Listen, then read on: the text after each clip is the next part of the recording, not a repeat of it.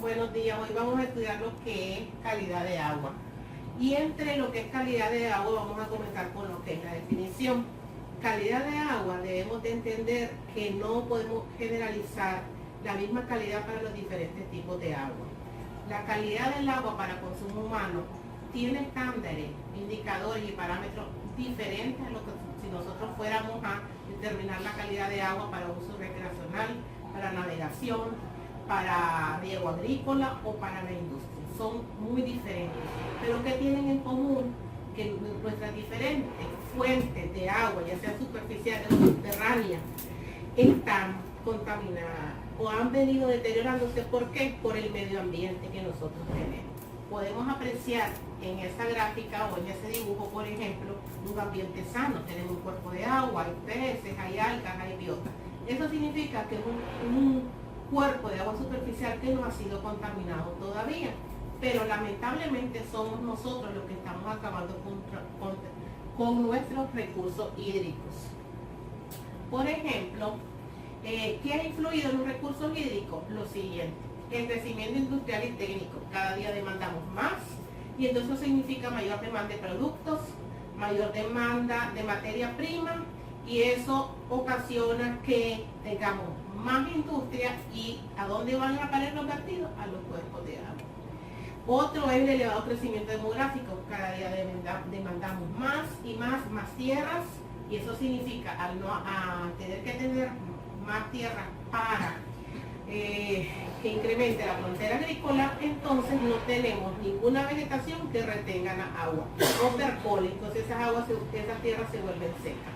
Otro es el crecimiento urbano, la gente migrando de la parte rural a la parte urbana, problemas de organización social y sobre todo lo último, el cambio climático, ese problema de la lluvia, los cambios de temperatura, los cambios de la corriente nos han ocasionado problemas ambientales que inciden en las emisiones atmosféricas, en las emisiones de los efluentes y en el suelo. Podemos ver, por ejemplo, las emisiones atmosféricas, podemos ver los efluentes que salen ya sean de origen doméstico, industrial o agrícola, y el derrame de sustancias que percolan y atraviesan la capa del suelo. Los de contaminación de los cuerpos de agua los podemos apreciar en esta siguiente lámina, donde vemos a los niños en un mar de plástico, la otra persona remando en una canoa también en otro mar de plástico, vemos peces muertos. Entonces, eso es ejemplo de las actividades antropogénicas que nosotros mismos hemos venido contaminando. Entre los efectos que tenemos, y es lo que debemos de cuidar mucho, la calidad del agua de consumo humano, es el problema de transmisión de enfermedades por la vía hídrica, que estos son causados generalmente por bacterias, patógenos y virus. Otra es que debido al avance industrial y al uso de medicina más sofisticada o de cosmetología o de la industria, de diversos tipos de industria, cada día más tenemos más compuestos que tienen carácter tóxico y carcinogénico. ¿Y a dónde van? Van hacia el agua, lo que ocasiona la pérdida de los recursos hídricos. Eso tiene como problema y es que el agua por naturaleza es el disolvente universal, lo que permite que cualquier sustancia que entre al agua se disuelva y quede ahí.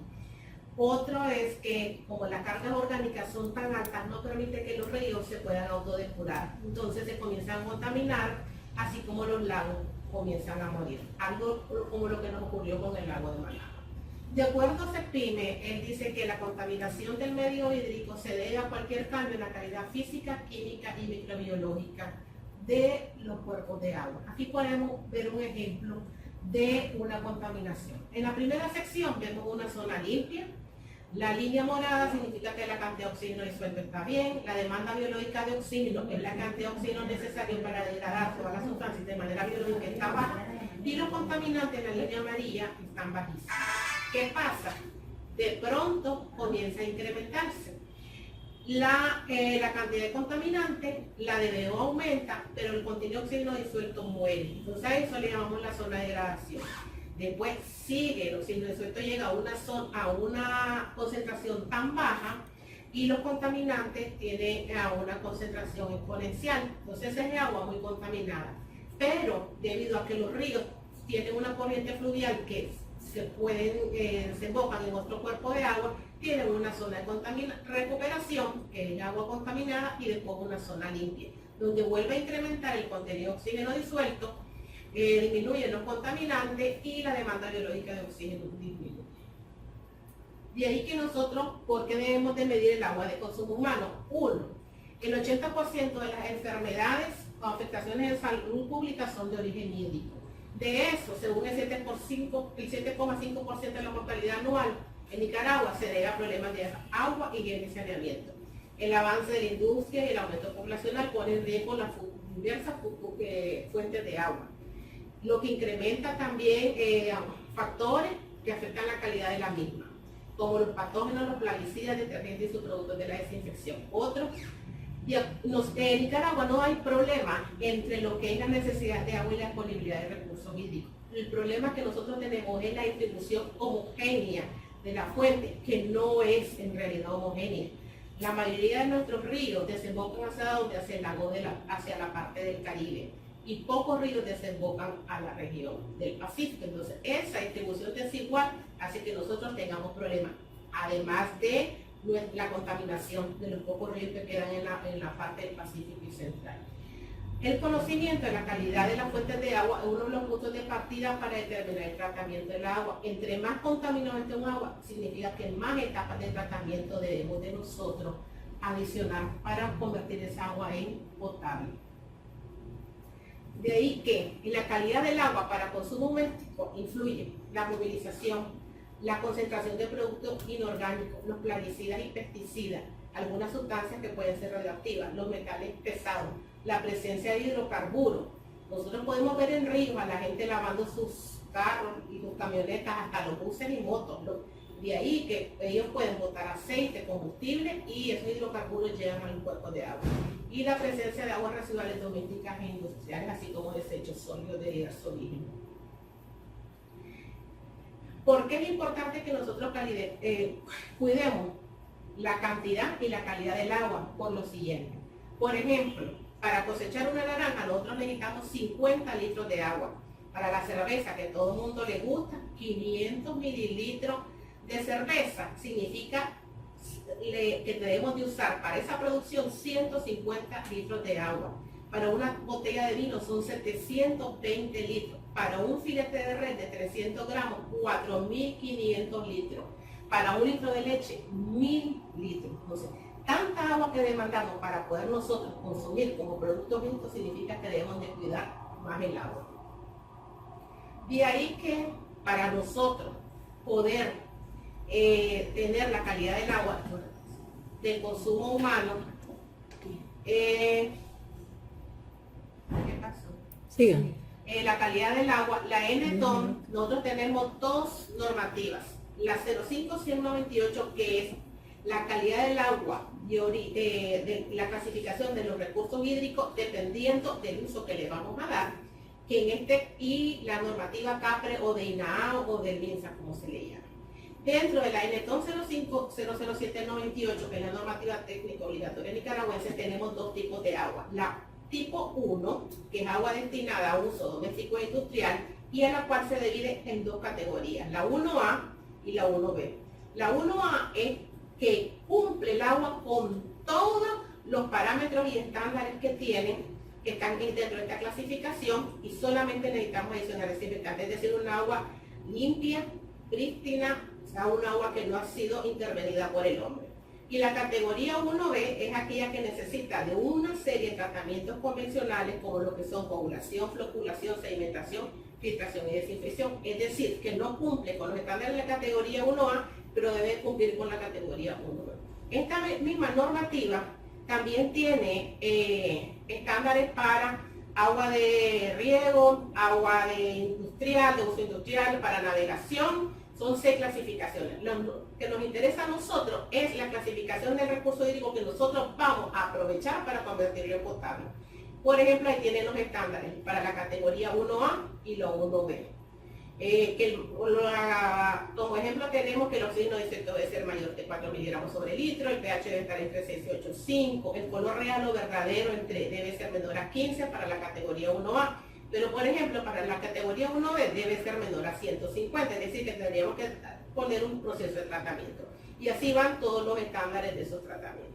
Aquí tenemos, este es indistinto, el tipo de categoría deben de cumplirse con el selenio, con la plata, con los organofosforados, organoclorados, estos son plaguicidas, la plata. Todos esos se deben de cumplir a la hora de clasificar si esa fuente puede usar para convertirse en potable. En cambio, las normas de CAPRE, que ahora le llaman INAH o MINSA, nosotros tenemos dos valores. La columna de la izquierda son los valores recomendados y la derecha son los máximos admisibles. Cuando ustedes van a diseñar o van a evaluar la calidad del agua, se recomienda que sea con el valor recomendado. Y solamente se diseñe con el solamente se trabaje con el valor máximo admisible en ocasiones como un desastre, alguna erupción volcánica, inundaciones o eso. Pero no más una semana podemos trabajar con esos valores. Si hay el caso, por ejemplo, que no hubiera valores recomendados, pero sí máximos admisibles, entonces ahí en ese caso podemos trabajar con el valor máximo admisible. El color, nosotros debemos de procurar siempre sea menor a 1 miligramo sobre litro. La turbidez menor a 1 NT1. Pero, por ejemplo, en el caso del hierro, el hierro no tiene valor recomendado, tiene valor máximo admisible, que es de 0.3. La temperatura, tenemos valor recomendado, no tenemos valor máximo admisible. El cloro tiene que estar en 0.5 a 0.1. Y así están todos. Entonces vemos, por ejemplo, el caso del hierro que no tiene valor recomendado, pero sí tiene máximo admisible. Esto significa de que siempre vamos a trabajar con valores menores a 0.3. Si ustedes van a diseñar, entonces tienen que asegurarse que la concentración de hierro sea menor o igual a 0.3. Pero recuerden que como van a hacer ustedes un diseño, el agua no puede salir con un valor de hierro mayor a 0.3 miligramos sobre litro, tiene que ser menor. En el manganeso las concentraciones varían, por ejemplo, el valor recomendado es 0.1 y el máximo admisible es 0.5. Entonces, el agua debe salir con la concentración de manganeso menor a 0.1 miligramos sobre litro. Entonces, estas normas tienen dos diferencias. La NTON es para clasificar el recurso hídrico que ustedes van a convertir en potable. Y una vez que el agua salga de ese sistema de tratamiento propuesto, con quien van a comparar es con las normas CAPRE, INAH o MINSA, porque ahora andan diferentes nombres. También dentro de estas mismas normas están los coliformes fecales, que deben de ser negativos, y algunas sustancias especiales. Por ejemplo, los metales pesados, se fijan, el arsénico debe ser menor a 0.01 miligramos sobre litro, cianuro, plomo, antimonio. Dentro de los indicadores de la calidad del agua para consumo humano, nosotros los podemos dividir en químicos y físicos. Los físicos están relacionados al aspecto del agua. Los químicos son compuestos, ya sea de origen natural o antropogénico, que algunas veces son dañinos y otros son benéficos, de acuerdo a su composición. Ejemplos de físicos están la temperatura, conductividad, sólidos totales disueltos, químicos, oxígeno disuelto, pH, los metales pesados y así.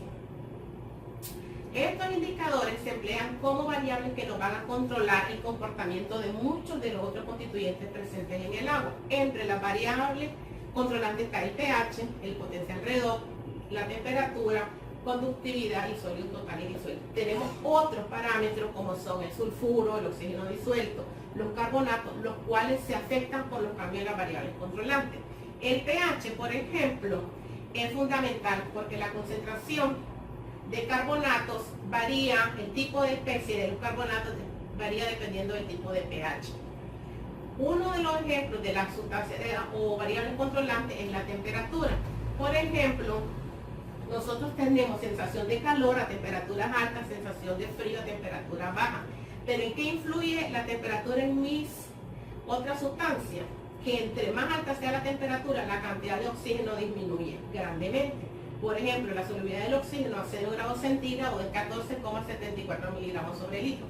Pero si aumentamos la temperatura a 35 grados centígrados, la solubilidad disminuye a 7,03. Y si aumenta más la temperatura, la concentración también de oxígeno comienza a disminuir, lo que provoca muerte de la biota y la conversión de sustancias que son aeróbicas a sustancias anaeróbicas. Pues la concentración recomendable para un cuerpo de agua saludable es de 5 miligramos sobre litro. También la temperatura afecta la eficiencia de algunas unidades de tratamiento, tales como la desinfección, la mezcla rápida, la floculación. Y a baja temperatura, la viscosidad del agua aumenta, lo que conlleva a que la velocidad de los sedimentos que nosotros, por ejemplo, queramos remover en una unidad de sedimentación sea mucho menor, porque la misma fuerza viscosa hace un impedimento para que esos sedimentos bajen a la zona de sedimentación. Otro de los compuestos controlantes o parámetros controlantes es la concentración de oxígeno disuelto. Nosotros podemos incrementar la concentración de oxígeno disuelto por difusión, haciendo aireación, ya sea por difusión, por spray, por cascada o usando bandejas.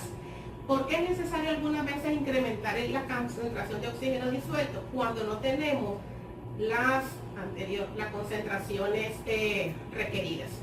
Nosotros, por ejemplo, decimos que una calidad del agua debe tener una concentración de oxígeno disuelto mayor a 8 miligramos sobre litro. Ya hay una clasificación que de 6 a 5 a 8 es ligeramente contaminada, moderadamente contaminada va disminuyendo y severamente contaminada con desmenor a 4 miligramos sobre litro.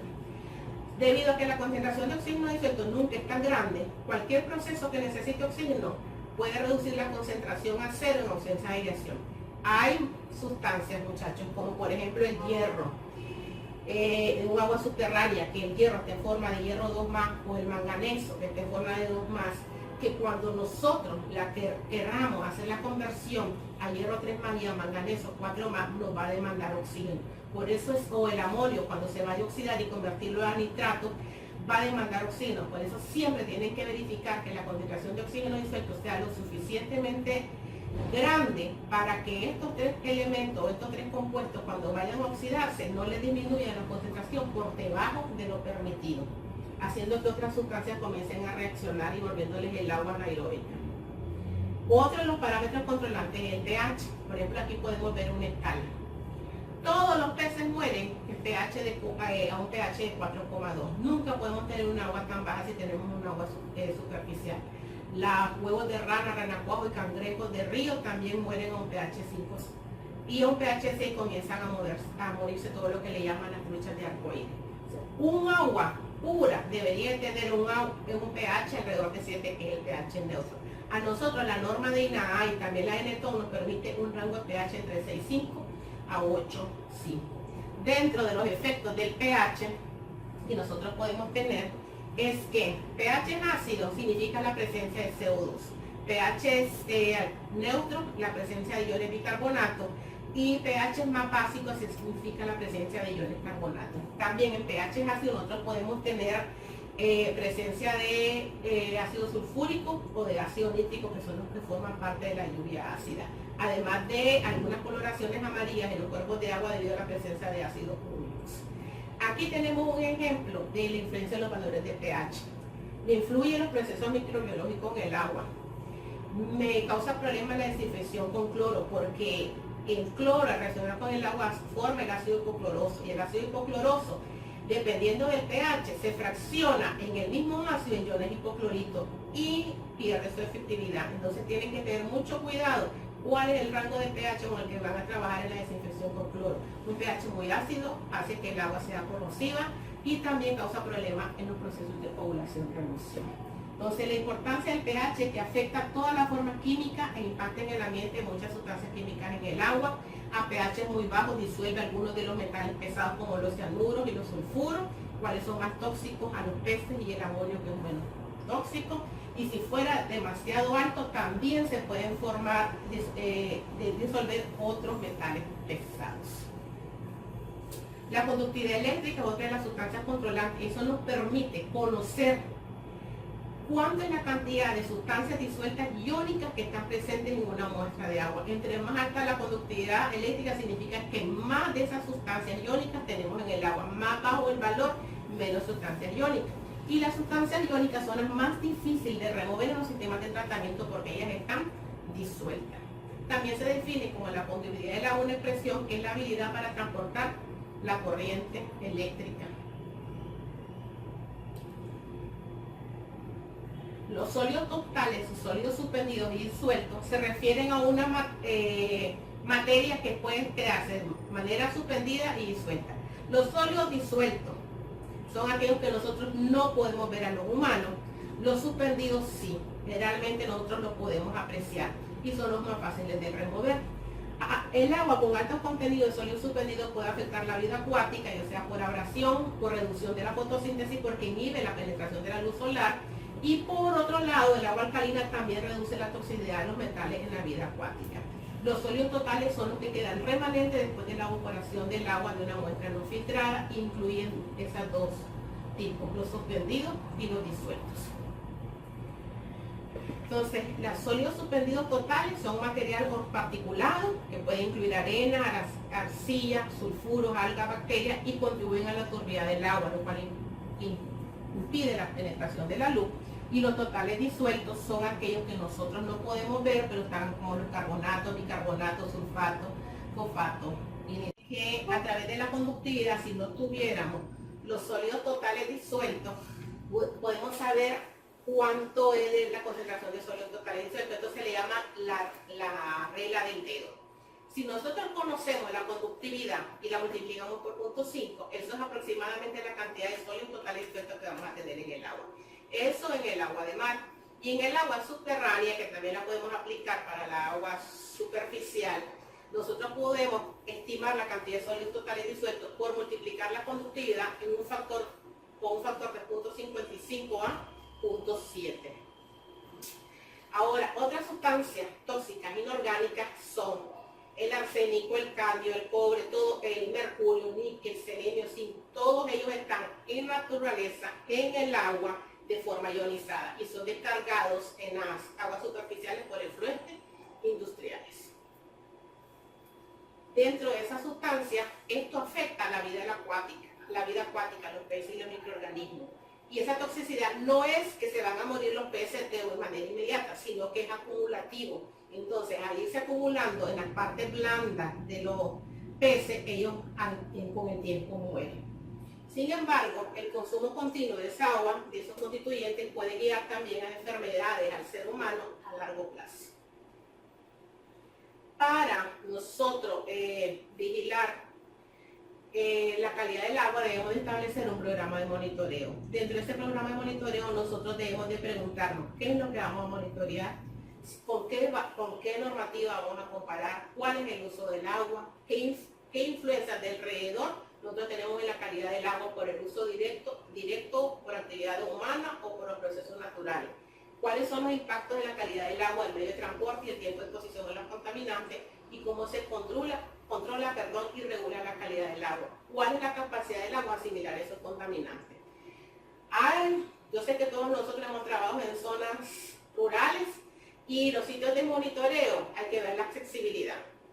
¿Cuánto hay otra gente monitoreando en el agua? Si podemos identificar esto a través de un sitio de mapa, si ese sitio es representativo de la cuenca que nosotros queremos monitorear, cuántas veces tiene lugar ese monitoreo, si ese sitio es seguro, si nosotros podemos obtener alguna vez, ustedes saben que las fuentes de agua están dentro de propiedades ajenas, tenemos que buscar el permiso, si nosotros hay que hacer una buena planificación y siempre el sitio debe estar lejos de drenajes o tributarios y debemos de seleccionar suficientes sitios para que el estudio sea real. Otro de los criterios que debemos de tomar en cuenta es que para hacer el monitoreo de calidad de agua nosotros podemos tomar hasta una combinación de 100 parámetros, pero la mayoría de los propósitos puede ser adecuadamente explicar por lo menos 20 características físicas, químicas y biológicas. Entre esos está la temperatura, el pH, la conductividad eléctrica, el oxígeno disuelto y los sólidos suspendidos totales. Estos parámetros proporcionan una información mínima para realizar una preevaluación. Si nosotros ya tenemos sospecha de que a ese cuerpo de agua, por ejemplo, le llega drenaje de cosechas o de tierras agrícolas, entonces ahí ya tenemos que incluir plaguicidas, pesticidas, buscar metales pesados. Aquí tienen una tabla de la frecuencia de muestreo. Por ejemplo, para los ríos, Si el área de drenaje es menor a 10.000 kilómetros cuadrados, se dice que son 12 por año, es decir, prácticamente una por cada mes. Si es, y como máximo 24, siempre para las áreas menores a 10.000 kilómetros cuadrados, es decir, 2 veces por año. Eso es para poder controlar la calidad. En los lagos y los reservorios puede ser una por año y máximo 2 por año, si tiene estratificación térmica. Ahora, el programa debe especificar qué hora del día es mejor para el muestreo, generalmente siempre en la mañana, muy tempranito, qué día del año es mejor para el muestreo. Recuerden que tenemos dos cosas muy diferentes. En la época seca de nosotros es donde están más concentradas las sustancias. En la época de lluvia tenemos un gran problema porque tenemos riadas o correntías con grandes cantidades de sólidos que nos aumentan la turbidez y el color y nos diluyen las concentraciones de las otras sustancias. Hay que tener cuidado también con los frascos y los contenedores. Si ustedes van a muestrear y van a hacer determinaciones de cloro, nosotros tenemos que agregar sulfato de sodio para eliminar y neutralizar el cloro. Si nosotros vamos a hacer sílice, no podemos usar recipientes de vidrio. Entonces, todo eso tenemos que tener mucho cuidado antes de irnos a muestrear. Hay dos tipos de muestras, las simples, que son las que se toman de una sola vez con la botella muestreadora, y las compuestas, que son las que se hacen en aguas residuales, que se toman muestras 24 horas al día. Eso depende de las horas de trabajo, ya sea de la industria o de las aguas residuales, en este caso domésticas, del comportamiento. Ahora, hay que tener mucho cuidado. La botella para transporte, acuérdense que debemos hacer 3 veces con el agua desconectada su llenado. Tiene que tratar de que se llene hasta el final, que no queden burbujas de oxígeno para que no haya cambio. Hay que tener mucho cuidado también cuando se hacen algunas determinaciones. Por ejemplo, la botella para medir oxígeno disuelto tiene que ser una parte, porque una vez que la abra ya está expuesta al oxígeno proveniente del aire. Si van a hacer determinaciones de pH, la determinación de pH tiene que hacer en otra botella aparte o sacar la muestra, ya que el electrodo para medir pH se llena con cloruro de potasio y algunas veces tira esa sustancia y entonces nosotros podíamos recontaminar más bien la muestra. Durante el tiempo que los frascos estén destapados, cuando estemos haciendo las determinaciones, las tapas deben de colocarse siempre en un lugar limpio y seguro para que no haya recontaminación. Es recomendable que tengan una ficha de muestreo como la que está aquí, con código o los parámetros que se van a medir en el sitio, qué valores obtuvieron, qué equipo utilizaron, cuándo fue la hora de muestreo y las coordenadas. Y en lo siguiente, aquí les dejo una tabla que hay donde están todos los tipos de muestras que pueden determinar frascos.